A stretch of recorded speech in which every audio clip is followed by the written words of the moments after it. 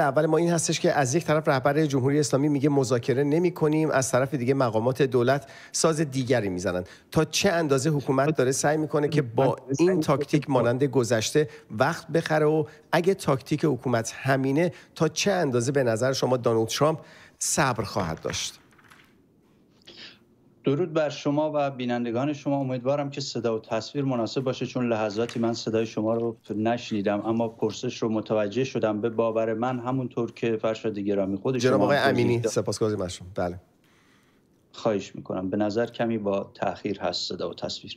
همونطور که خود شما هم فرمودید، این دوگانگی رو میشه کاملا در اظهار نظر مقامات جمهوری اسلامی و مقامات روسی دید. از یک طرف خانم ماریا زاخارووا سخنگوی وزارت امور خارجه روسیه صحبت از امکان محدود شدن برنامه هسته‌ای جمهوری اسلامی میکنه، اما توضیح نمیده که چه ضمانتی رو و چه کسی به او داده و بالاتر از اون میاد در مورد این موضوع صحبت میکنه که ما یک نشستی رو در مورد جمهوری اسلامی قراره و برنامه هسته‌ایش با امریکا به صورت مشترک برگزار بکنیم که این بخش تأسف‌بارترش هست که گویی ما یک کشور اقماری و مستعمره هستیم که کاملا این صحبت ایشون در تضاد با استقلال و حاکمیت ملی ایران است. بر روی امروز باز دوباره ما صحبت‌های دمیتری پسکوف سخنگوی کرملین رو میشنویم که داره میگه که جمهوری اسلامی خودش کشور مستقلیه، ما هم این وسط پیغام به بر بیار نکردیم. به باور من جمهوری اسلامی در عین حال، یعنی علی خامنه‌ای در عین حال که در داخل ژست یک رهبر مقتدر رو گرفته به دلیل اینکه سیگنال ترس رو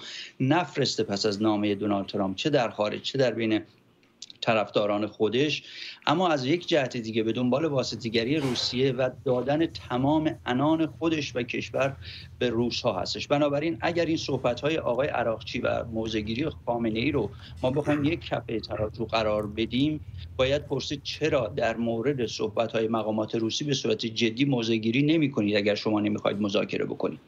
بحث این هستش که جمهوری اسلامی تلاش می‌کنه این فشار 100 روزه برنامه دونالد ترامپ که با یادداشت اجرایی اون و دیدارش با آقای نتانیاهو آغاز شد رو بشکنه در گام نخست و در گام بعد شاید مفری پیدا بکنه تا برسه به 26 مهر ماه و در اون مسیر هم بتونه با شورای حکام در واقع مشکل خودش رو حل بکنه. اما در پاسخ به پرسش شما، دلایل و شواهد بسیار زیادی وجود داره که این امر، یعنی فقط محدود شدن مذاکره جمهوری اسلامی در حوزه برجامی برای امریکا و بالاتر از اون برای اسرائیل به جهت این که تعریف امنیت پایدار برای اسرائیل تغییر کرده، هرگز و هرگز قابل توجیه نخواهد بود و به نظر نمیرسه که دست کم این مواضع جمهوری اسلامی قابل پذیرش باشه.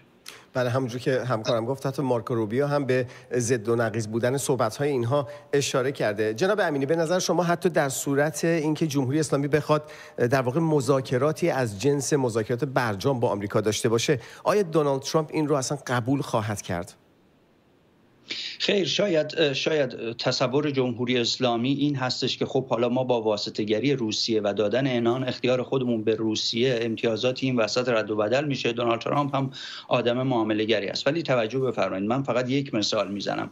هفته پیش آلبریچ کولبی معاون وزارت دفاع در سنا در واقع میهمان کمیته نیروهای مسلح بود. ایشون فردیه که موضع‌های متفاوتی داشته در مورد برنامه هسته‌ای جمهوری اسلامی، حرفای جنجالی زده، گفته اگر جمهوری اسلامی مثلا عرض کنم خدمتتون که برنامه هسته‌ای هم داشته باشه مشکلی برای ما نیست. ولی می‌بینیم تام کاتن و دیگر جمهوری خواهان یقه او رو در واقع میگیرن و از اون میخوان که موضعش رو در واقع شفاف بیان کنه و می‌بینیم موضع او هم تغییر کرده. این یک نشانه است که در خود واشنگتن حتی نیروهای جریان‌هایی که به دنبال نادیده گرفتن تهدیدات جمهوری اسلامی بودن تغییر موضع دادن.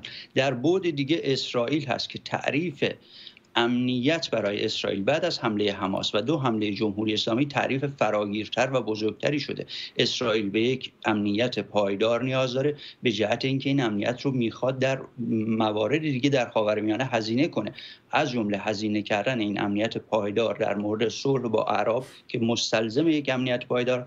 2 چالش هایی که اخیراً با ترکیه پیدا کرده و همینطور جلوگیری از تهدیدهای گروه‌های نیابتی. بنابراین مشکل اسرائیل یا امریکا فقط برنامه هسته یا تاکتیکی که جمهوری اسلامی در مورد برنامه برجام در پیش گرفته نیست، بلکه مسئله نیروهای نیابتی و تهدید بالقوه جمهوری اسلامی که بر سر جای خودش هم هست وجود داره. این هستش که بسیار بسیار بعید هست پشت دست امریکا اسرائیل هست و جریان‌های دیگه که بعید هست این نوع فریبکاری جمهوری اسلامی رو بپذیرن. جناب آقای بهنام امینی، تحلیلگر سیاسی از پایتخت آمریکا، سپاسگزاریم از حضور شما در برنامه.